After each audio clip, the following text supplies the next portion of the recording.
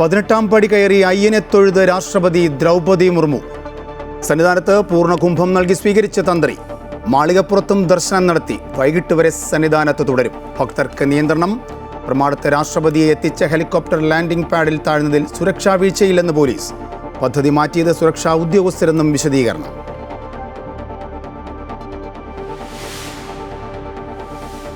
സ്വർണ്ണക്കൊള്ളയിൽ ദേവസ്വം ബോർഡും ജീവനക്കാരും ആർക്കോ വേണ്ടി പ്രവർത്തിച്ചുവെന്നും രേഖകളിൽ പോലും അട്ടിമറിയെന്നും പ്രത്യേക അന്വേഷണ സംഘം.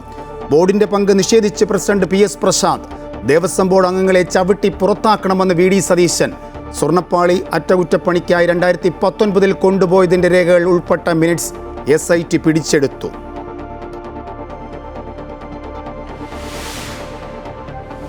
PM ശ്രീ പദ്ധതിയുമായി സംസ്ഥാന സർക്കാർ മുന്നോട്ടു പോകവേ വിയോജിപ്പ് മന്ത്രിസഭാ യോഗത്തിൽ അറിയിച്ച് CPI. RSS അജണ്ട നടപ്പാക്കാൻ അനുവദിക്കില്ലെന്ന് Binoy Viswam. CPM BJP ഡീലിന്റെ ഭാഗമെന്ന് KC Venugopal. PM ശ്രീയെക്കുറിച്ച് യാതൊന്നും അറിയാതെയാണ് CPM-ന്റെയും കോൺഗ്രസിന്റെയും വിമർശനമെന്ന് രാജീവ് ചന്ദ്രശേഖർ.